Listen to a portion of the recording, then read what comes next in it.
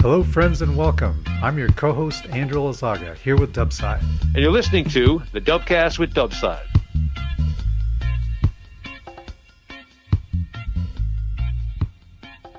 This month marks the 20th anniversary of me learning how to Eskimo roll. You? Yeah. Oh, wow. Well, we just call it roll. Well, yeah. Back then we called it Eskimo rolling, and That's true. I All right. picked up Derek Hutchinson's book, which is titled Eskimo Rolling. Mm-hmm. But the language has changed.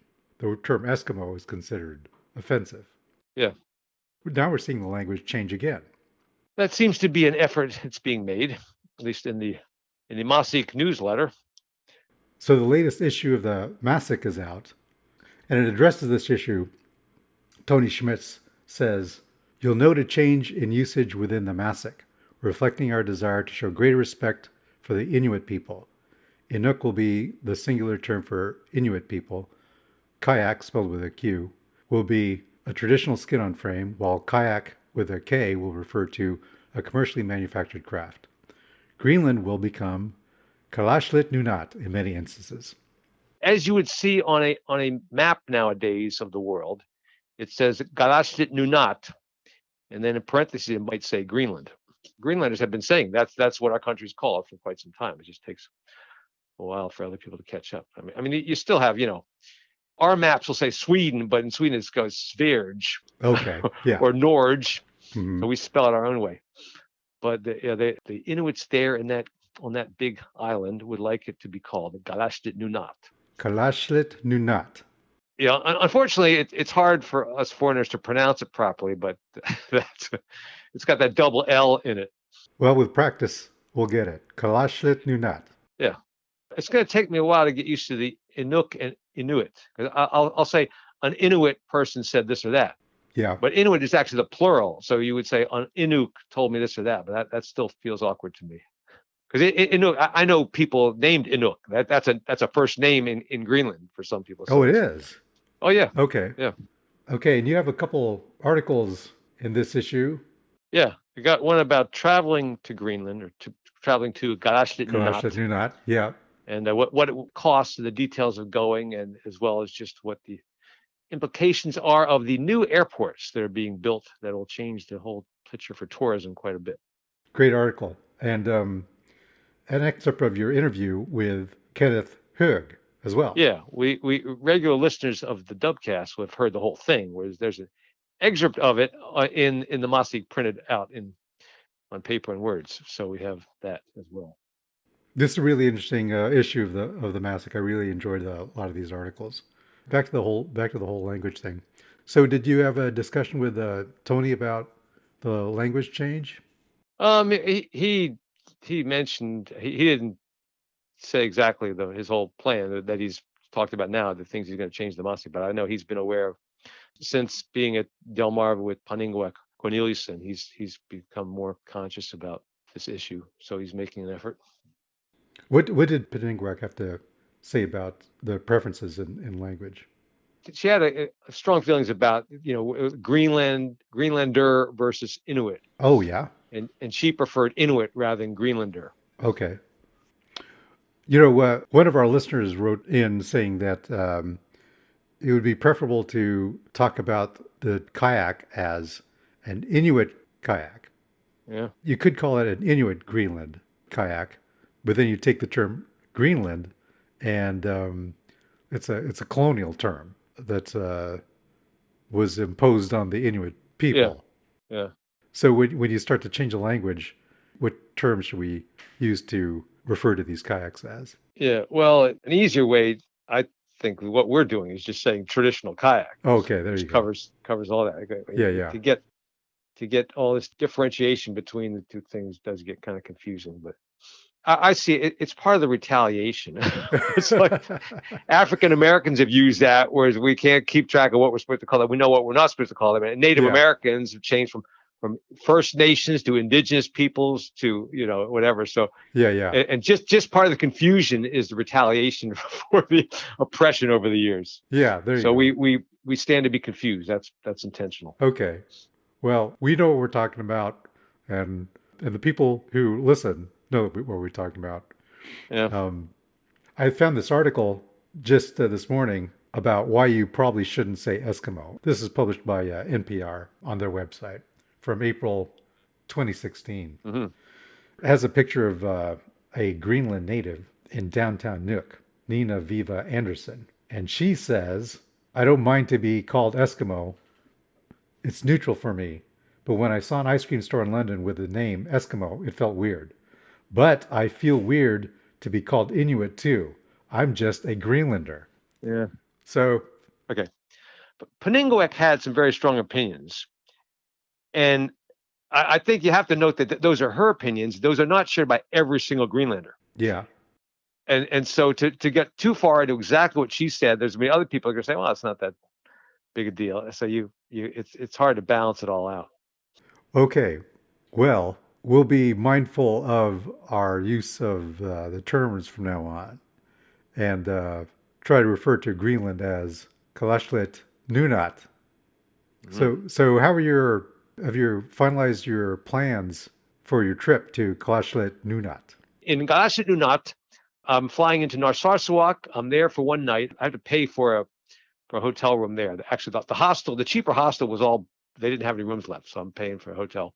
Then I'm in Kolkatok, and at the competition, I'll be staying with all the competitors in there. And then afterwards, I fly up to Nuuk. And actually, QAJAQ, the Greenland Kayak Association, is covering, they're paying for me for a place at a hostel through the 4 or 5 days I'm in Nuuk, which is very, very nice of them. I was impressed. Awesome. So then I'll be talking to QAJAQ during that time, and then towards the end of July. Then I fly to Copenhagen, and then I'm back in the U.S. for about a week, and then I'm off to Michigan and Minnesota for the 2 Kayak USA events there. So in the last few weeks, I've been working very hard to have enough episodes recorded so that there won't be any pause in what we're airing while I'm gone. Excellent. And I just recently am working on number 61, and we got a comment about last week's episode, right? The seal hunter. Yes, the question on that episode was, what did Ephraim say about paddling faster? All right. Well, I'm glad somebody's paying attention there, because Ephraim said a lot about paddling faster. And I get into that in detail in episode 61. So you can look forward to that. Your question will be answered, and you'll find out everything he said. All right. So without further ado, it's our pleasure to present number 57. This takes us back to New Jersey back in the day.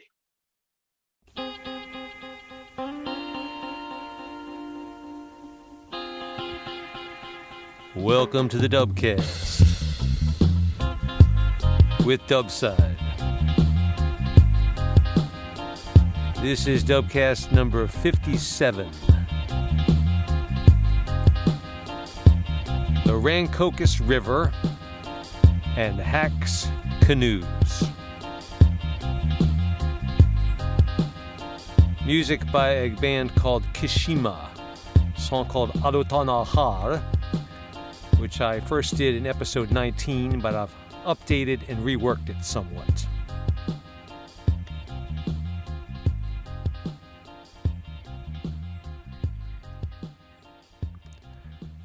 The state of New Jersey has a northern half which is bordered by the Hudson River, and the other half on the west is bordered by the Delaware River. And so in the north, just across the river is New York City, and in the south, just across the river is Philadelphia. And I spent about the first 10 years of my life growing up in New Jersey. These days, whenever I'm in, say, Norway or Sweden, as soon as you mention New Jersey, they immediately think of Bruce Springsteen. Well, Springsteen built his career romanticizing his growing up on the coastal towns out along the Atlantic Ocean, places like Asbury Park. But that's not all New Jersey has to offer. In the southern half of New Jersey, there is a very interesting ecosystem known as the Pine Barrens. And you have white sand and these short little pine trees, just mile after mile of them, that the only thing that grows with any great proliferation. You don't have the larger trees or other things. And it's not good for growing crops. You can do cranberries there and get some peat moss and things. But it hasn't been chopped up for farmland just because the soil isn't suited for that. And there are some small rivers that go through the Pine Barrens that make for some very enjoyable paddling. But on the northern edge, draining out of the Pine Barrens and into areas that where they have larger trees growing, you have, it's called Rancocas Creek. I think of it as Rancocas River, but I think it's officially Rancocas Creek, which feeds into the Delaware River north of Philadelphia. There's a north and a south branch, and the river takes many winding turns and moves rather slowly. There's no big rapids on it. And it goes through the town of Mount Holly, New Jersey. Sometime in the 16 or 1700s, way back, a mill was built on the Rancocas River. So they made a dam and they dug a raceway to elevate the water till it gets to the water wheel, which powers the mill. Well, by the late 1800s, we're talking after the Civil War, that mill had ceased operation. And in the year 1900, somebody named Hack, H-A-C-K, started a canoe rental business right there on the Rancocas River in Mount Holly. And to do this canoe rental, maybe not right when he started, but eventually he built a 2-story structure right there on the mill raceway. And this was designed to hold the canoes that he would rent. So he had 5 or 6 of these double-doored hinged openings that would face the water. And inside you had racks for the canoes. You could just take them out and walk them right down to the water. Well, starting in 1900, if we're going to talk about canoes, there certainly were no aluminum canoes back then, and definitely not any plastic canoes. So canoes originally were dugout canoes, then they were birch bark canoes, and then around the time of 1900 here, we have wooden canoes. So this is a wooden frame made like with steam bending techniques. And then on the outside, you would put canvas and paint the canvas. Well, when you build a skin-on-frame kayak, you do all this special woodworking and lashing and making mortise and tenons, etc., and getting just the right curves. And it's a beautiful thing to see a frame of a kayak. And then you cover up the frame, and you can't see all this fine woodwork anymore. Well, with a canoe, since the whole deck is open, you can see all this woodwork. The grain of the natural wood and the bend it's made, it's very nice to look at. Well, over time, Hack's Canoes built up a large supply of these beautiful wooden canoes. And by all accounts, for several decades, they had a booming business going.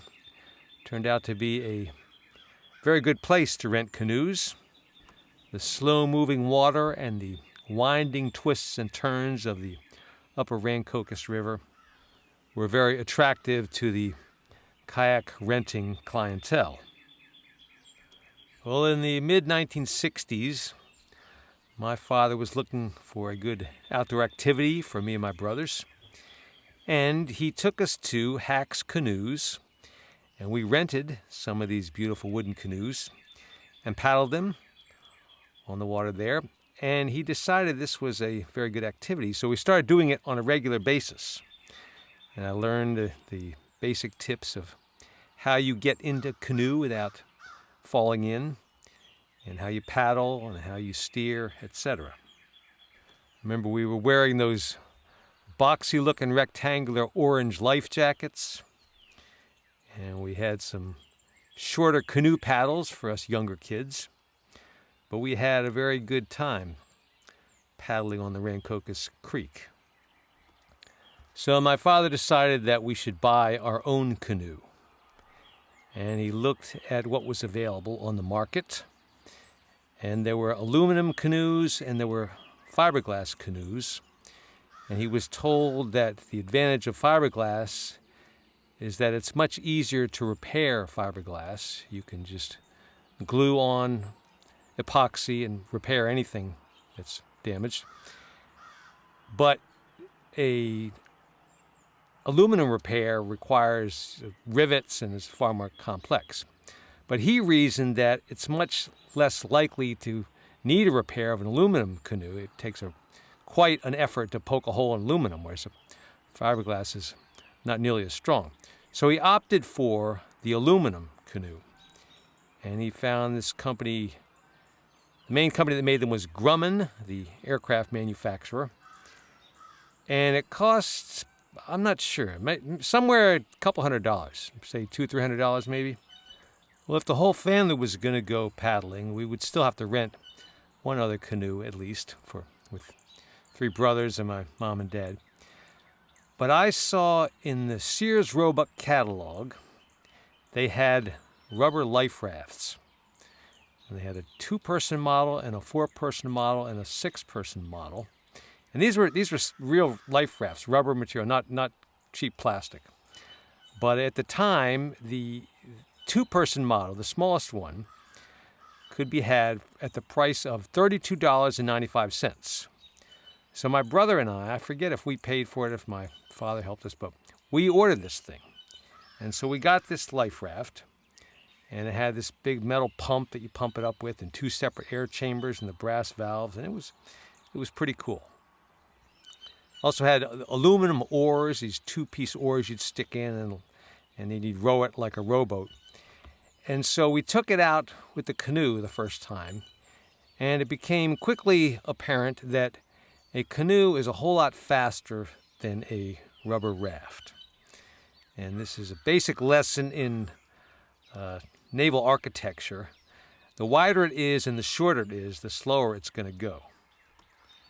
So then we found that if you take the little rope off the end of the raft and tie it to the back of the canoe, you get pulled along. It's a little bit easier, though, to the annoyance of the people paddling the canoe.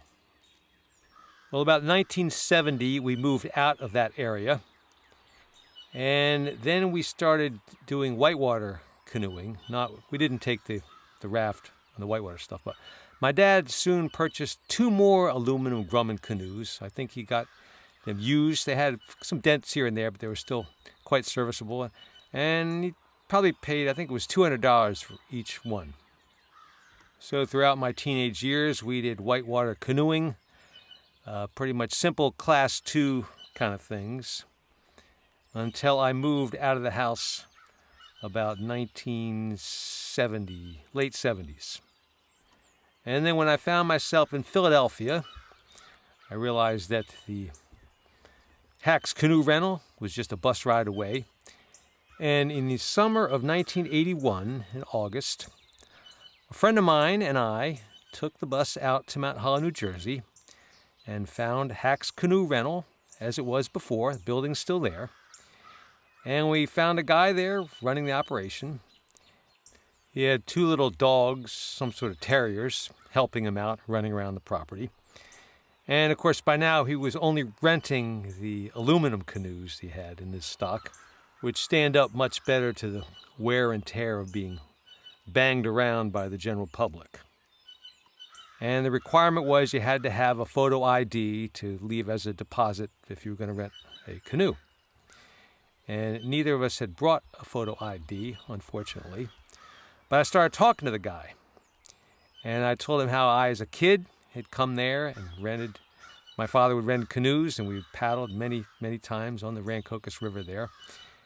And he warmed up to the topic of talking about the history of the place. Turns out he was not a hack by birth. He was a hack by marriage into the family. But he had assumed control of the operation, and he was quite proud of it. A thriving business with a long history.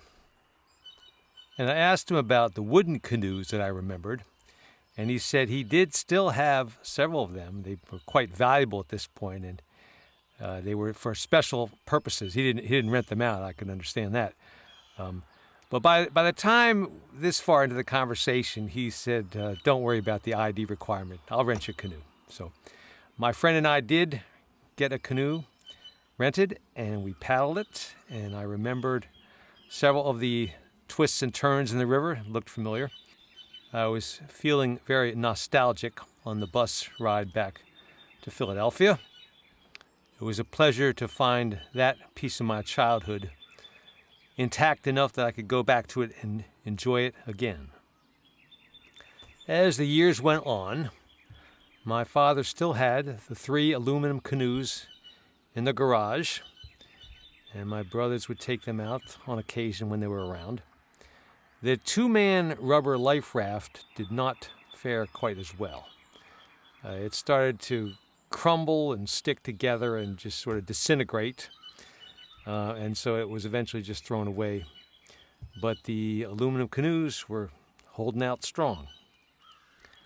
I didn't start kayaking in Philadelphia until 1998, which was about 17 years after that nostalgic trip at Hack's Canoes in Mount Hollow, New Jersey. And so looking at my logbook, on the 4th time I took my brand new Feathercraft K-Lite out, it was October 20th, 1998.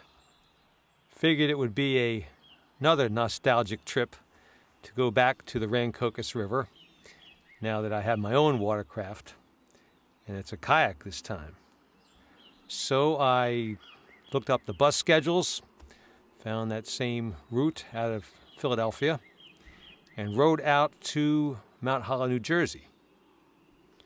Got off the bus with my folding kayak, rolling it on the wheels behind me, and rolled it through the center of Mount Hollow, New Jersey, out to where I knew Hack's Canoes was, and found that same building there, with big letters on the side says Hack's Canoes.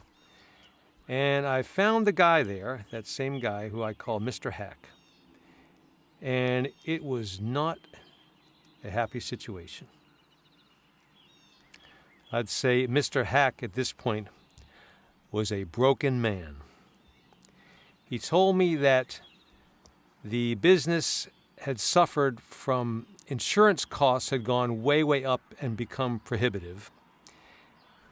And it turns out the homeowners in the area, they built a lot more houses since that business first started, the homeowners were concerned about flooding.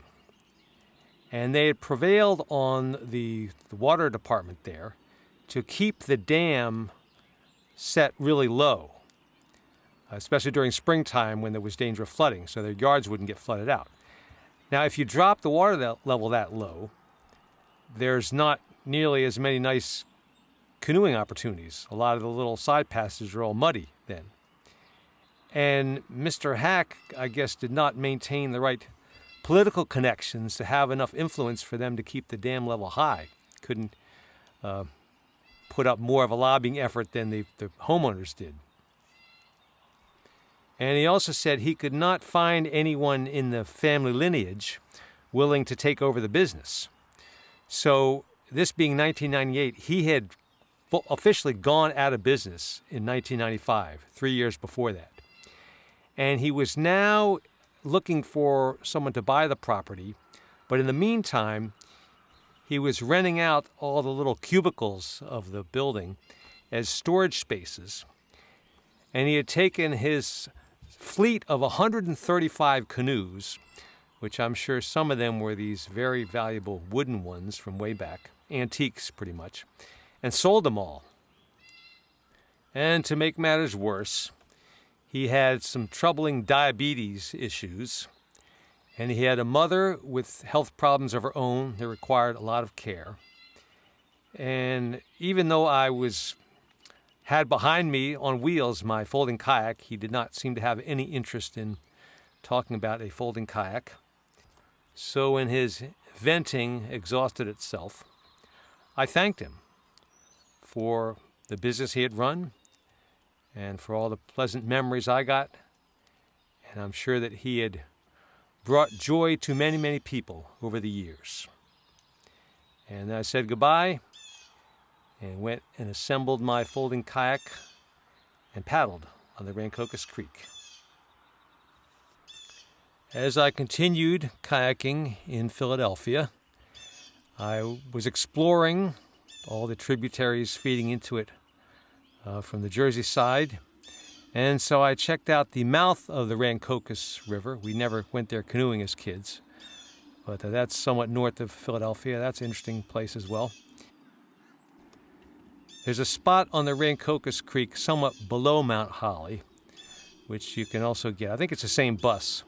And I went there. That was the time I first tried to roll that I've described in a previous podcast, where I fell right out of the kayak. That was on the Rancocas Creek in a secluded part where nobody could see me embarrass myself. I feel I've got a special connection to the water of the Rancocas Creek. Now, I found out later that a landfill in the vicinity of Mount Holly from the 60s and 70s was later found to be leaching chemical contaminants into the Rancocas. And so it's the water below Mount Holly is probably not the best thing to be rolling in, but be that as it may. Well, by the year 2000, I had bought a second Feathercraft kayak. I liked it so much. This allowed me to take friends paddling. And so in November of the year 2000, on a somewhat warm day, I took a friend out there. Actually, he was driving, so we could drive out there. We went to the Rancocas River, and the plan was to put in there at QAJAQ's Canoe Rentals. So we drove out there, and I saw the building, and apparently it had been heavily damaged by fire. And given the state of affairs from before, the fire would have to be one of suspicious origin. But either way, that pretty much spelled the end of QAJAQ's Canoes. A somewhat better outcome is the fate of the 3 aluminum canoes that my father had. They continued to be stored in the 2-car garage that my father purchased in a house I spent the second half of my childhood growing up in, starting in 1970. They finally sold that house about 2015 when my parents moved to a retirement place, and my father passed away a few years after that. But before selling the house, he had to dispose of the canoes.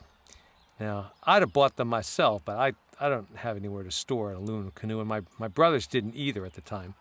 So he sold them for what he paid for them, about $200 each, which was a bargain. Now, these days, an aluminum Grumman canoe, these 17-foot 2-person model, you can find them used between $500 to $1,000. A brand new Grumman canoe, which I believe are still available, they're somewhat more than $2,000 for the 17-foot model. And I think that's the boat itself. Shipping, if you needed to get it somewhere, is going to cost you more on top of that. But that's about the price range those go for. Now, even though my father could have got more for them, the figure in his head was, this is what I paid for it, I'll sell it for what I paid for it. How many things these days can you buy and use for 50 years, half a century, and at the end of that time, the thing is still fully functional and serviceable, and you can sell it for easily as much as you paid for it? I'd say that 99+% of the goods and merchandise available today do not fit in that category. They don't make them like they used to. It is true that aluminum is a good deal heavier than fiberglass or plastic. And you have to get used to the noise of a paddle hitting the side of an aluminum watercraft. It's different from fiberglass or plastic. But if you take a fiberglass or plastic canoe or kayak, or even skin-on frame, and you leave it outside for years in the sunlight, the ultraviolet rays will degrade the material and weaken it over time. On the other hand, aluminum does not have that problem. You can leave it outside fully exposed to sunlight, and it doesn't hurt aluminum at all. Well, the Rancocas Creek is still there. I still think of it as the Rancocas River. And Mount Holly, New Jersey is still there, and there's still a dam on that part of the river, and there's still the trace of that raceway that was used for the mill. But the building that housed Hack's Canoes is long gone. I guess he did sell the property, and there's somebody else has built some other things on it, and there's not much left of the glory days of Hack's Canoe Rental. It's some part of its history. The operation was known as Hack's Canoe Retreat, not to be confused with the Delmarva Paddlers Retreat. So I'd love to show you what this building looked like, and I think that actually can be accomplished. There exists a photograph from either 1947 or 1946 of the building from the water, and you can see this, how it looked back then. Maybe I can have Andrew post a link to it. As much as the tradition of building skin-on-frame kayaks has been preserved and continued and practiced, there is a whole tradition of these wooden canoes that I mentioned. And you can buy a wooden canoe. Yeah, you can do workshops. There are places that hand make them.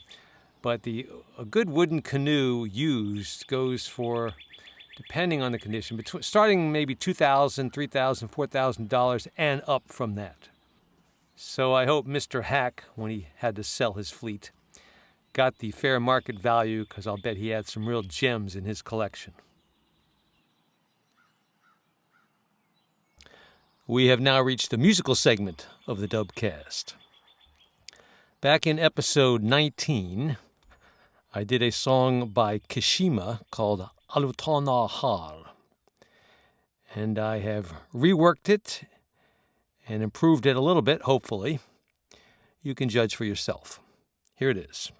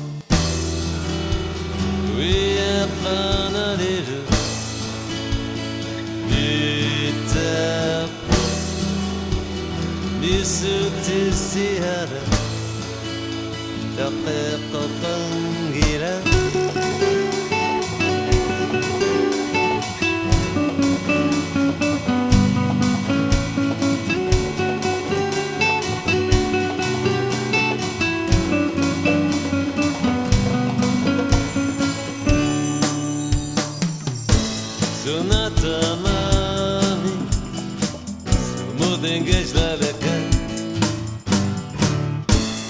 sa começa a pofe kangilaro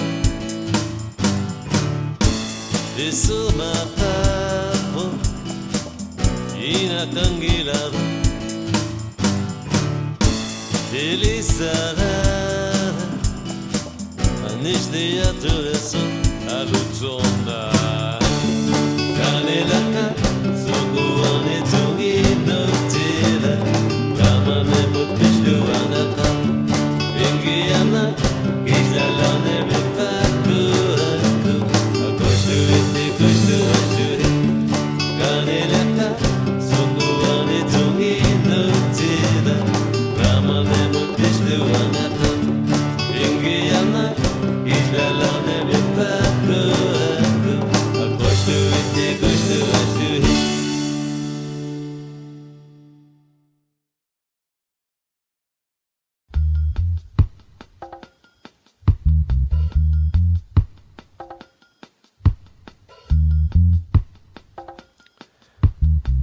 Okay, the original version of that song comes from an album called Timmiaaqqatut by Kishima, which is the band led by Henrik Høyer Jensen.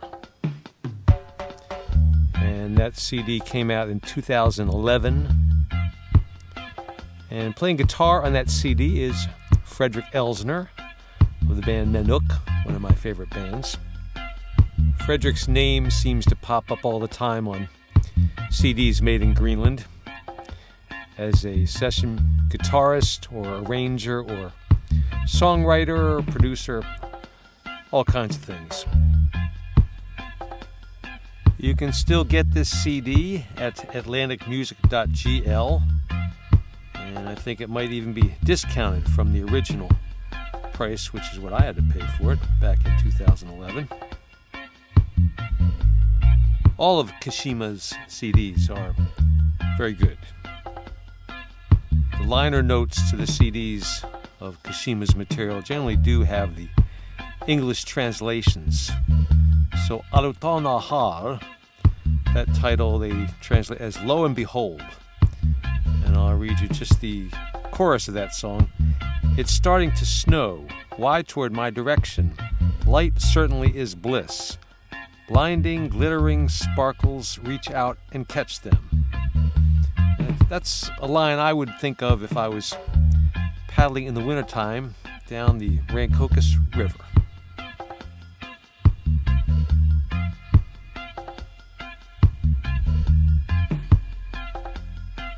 Coming up in episode number 58, I'll get back to the subject of rolling a kayak.